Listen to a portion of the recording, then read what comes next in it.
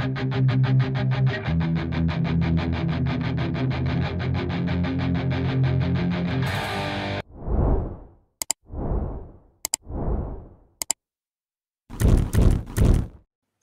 and welcome back to the David67 Celtic News YouTube channel.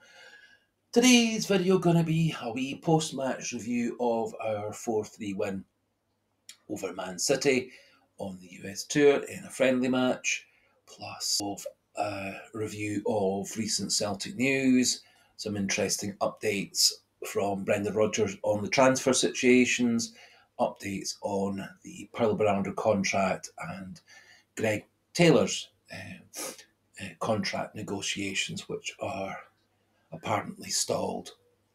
Before we crack on with the video, of course, please just a wee reminder for those who haven't subscribed to the channel yet, please do click that subscribe button. Keep the numbers going past 750, that would be great. Also, as always, do feel free to click that like button, it does help with YouTube's analytics. And also, as always, do feel free to pop your thoughts into the comment section regarding the Celtic friendly, who you thought yourself played well or didn't play well, and any other Celtic issues that you feel you want to talk about.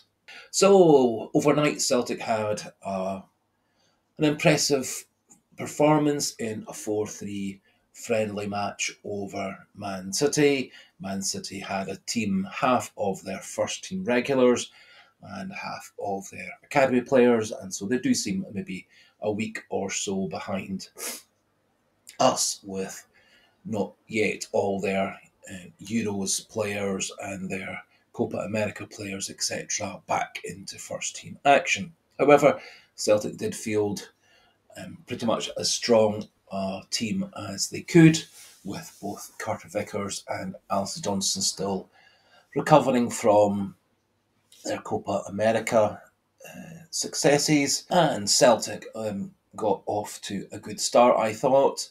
We quickly went 1-0 up in the 13th minute through Nicholas Kuhn.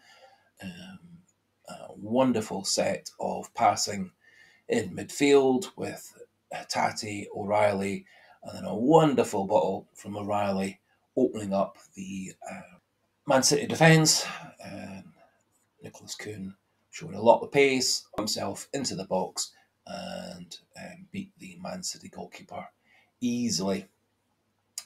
Celtic's second goal, also through Nicholas Kuhn, was quite similar to the first. Again, some nice passing in midfield. Nicholas Kuhn then got released, cut back inside, and a lovely curving shot past Ortega in the Man City goals. Celtic's third goal, just before half-time, was by Kyogo. Put Celtic 3-1 up at half-time. Nice play in midfield. Ball went out to Nicholas Kuhn, and he hit a stupendous ball through the defence. Ball reminiscent of those that Jota used to give Kyogo to run onto.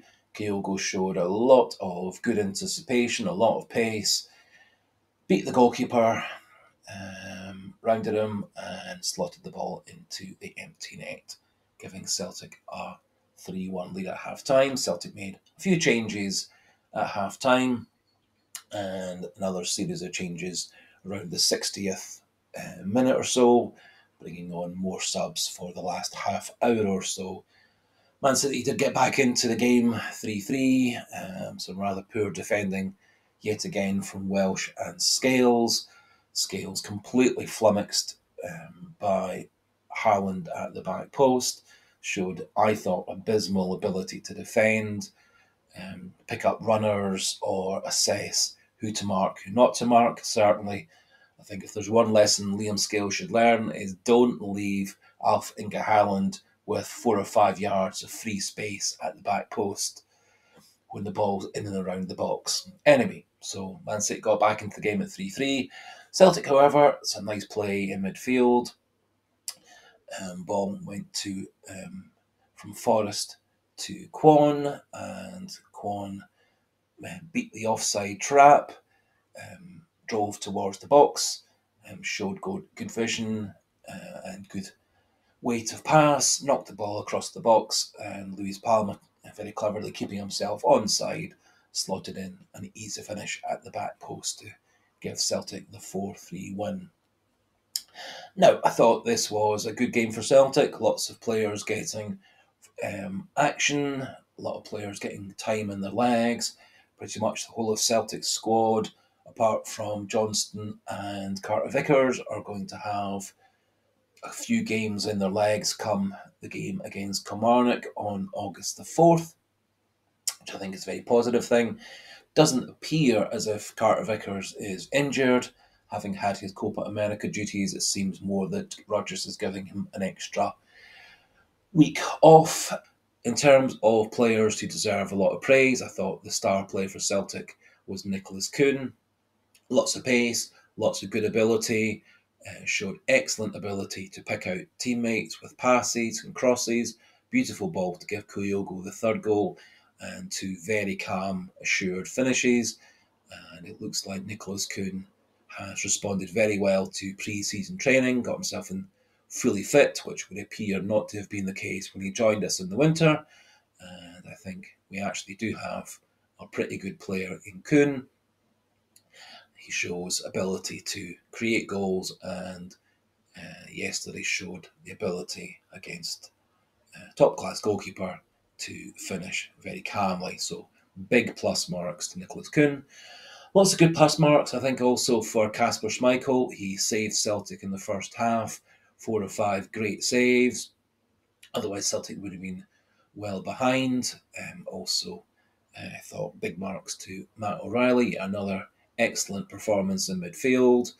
Also, for me, big marks to Kyogo, looked very lively up front, lots of pace, some very good runs, couple of chances, plus he put away that third goal. And I thought Rio Hatate looked more back to himself in midfield, and so big plus marks to him. I think also some big plus marks in for the subs in the second half. I thought Kuhn was very, very good. I thought Luis Palma also good, and certainly going to give Odin Thiago home big plus marks for his 30 minutes or so towards the end of the second half.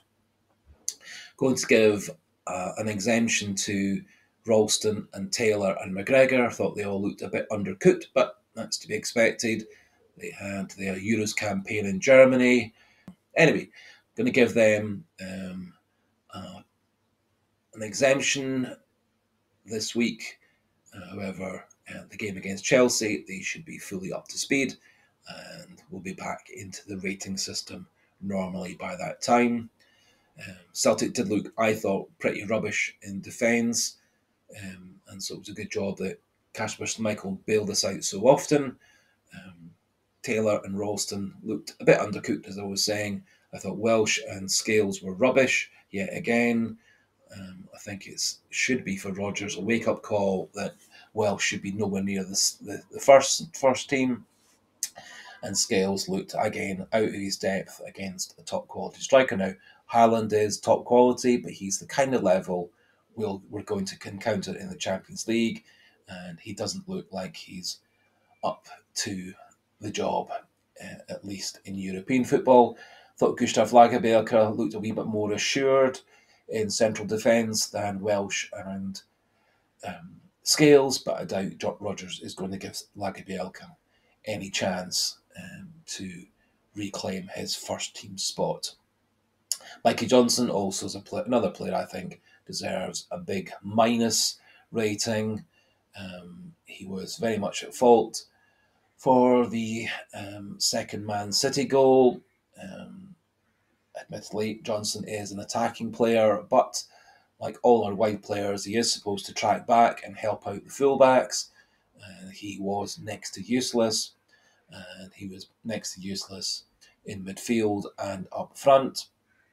And he did seem to, on a couple of occasions, really annoy Brendan Rodgers with his play and his choices. So, lots of positives going into the game against Chelsea, which will be the third and final game of the tour, and then back to some pre-season training, and then the opening fixture of the league against Kilmarnock on the 4th, live on TV. Hoping that Nicholas Kuhn's minor knee injury that caused him to come off at half-time is minor. I suspect Celtic will leave him out of the game against Chelsea, give a start to Forrest or Palma in his position, and give a substitute half to Yang and whichever of those two that doesn't get the start in the game. I would absolutely love Gustav Lagerbielke to get at least half of football or the whole 90 minutes because he, for me, is way better than Welsh, and Welsh has been useless on this tour, pretty useless actually in the two friendlies against Queen's Park and Ayr. And also I think Liam Scales is also 2 or 3 levels below what we need.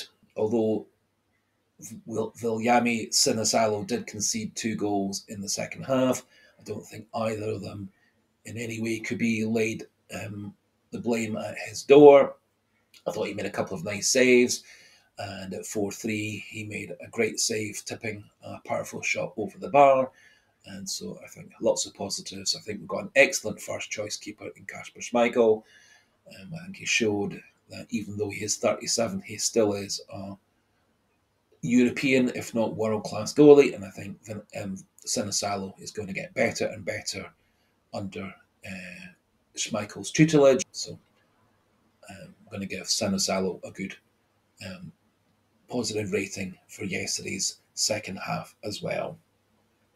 Finally, just a few wee updates on transfers. Brendan Rodgers gave a fairly interesting post-match interview, and he was saying that he's been in negotiations and discussions with the chief executive, the finance people, etc. He says that Celtic do have a number of targets all lined up. All of them should be in by the end of the transfer window at the end of August.